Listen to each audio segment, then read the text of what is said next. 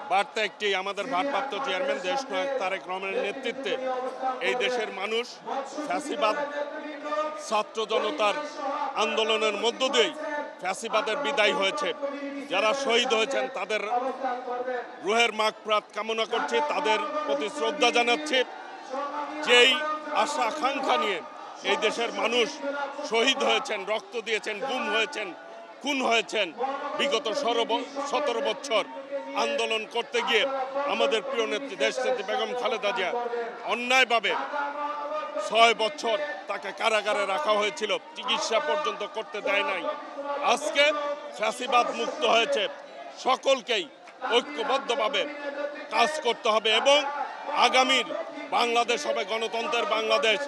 একটি সুষ্ঠু নিরপেক্ষ নির্বাচনের মধ্য দিয়ে জনগণের সরকার যাতে প্রতিষ্ঠিত হয়, সেই অনুযায়ী সকলকে ঐক্যবদ্ধ থাকতে হবে আর সতর্ক থাকতে হবে।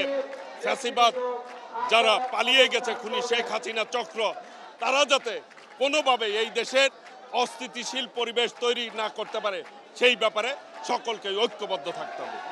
অবশ্যই বিজয়ের পূর্ণতা পাবে। মানুষ কিন্তু 14 সালে ভোট দিতে পারে নাই, 18 সালে ভোট দিতে পারে নাই, 24 সালে ভোট দিতে পারে নাই। যারা তরুণ ভোটার, তারা এ পর্যন্ত তাদের পছন্দ মতো সরকার গঠনের ক্ষেত্রে ভূমিকা নিতে পারে নাই। যেই বার্তাটি আমাদের ভারপ্রাপ্ত চেয়ারম্যান তারেক রহমান দিয়েছেন, আগামী দিনে তরুণদের প্রতি আহ্বান জানিয়েছেন, তরুণরা যাতে করে ঐক্যবদ্ধভাবে এই সুষ্ঠু নির্বাচনের ক্ষেত্রে একটি ভূমিকা পালন করেন এবং দলের পক্ষে একটি আহ্বান জানিয়েছেন তিনি, তরুণদের প্রথম ভোট ধানের শীষের জন্য হোক। আগামী দিনে ইনশাল্লাহ শহীদ রাষ্ট্রপতি জিয়াউর রহমানের দল, দেশনেত্রী বেগম খালেদা জিয়ার দল, দেশনায়ক তারেক রহমানের দল, এই বিএনপি জনগণের প্রত্যাশা পূরণ করতে ইনশাল্লাহ সক্ষম হবে।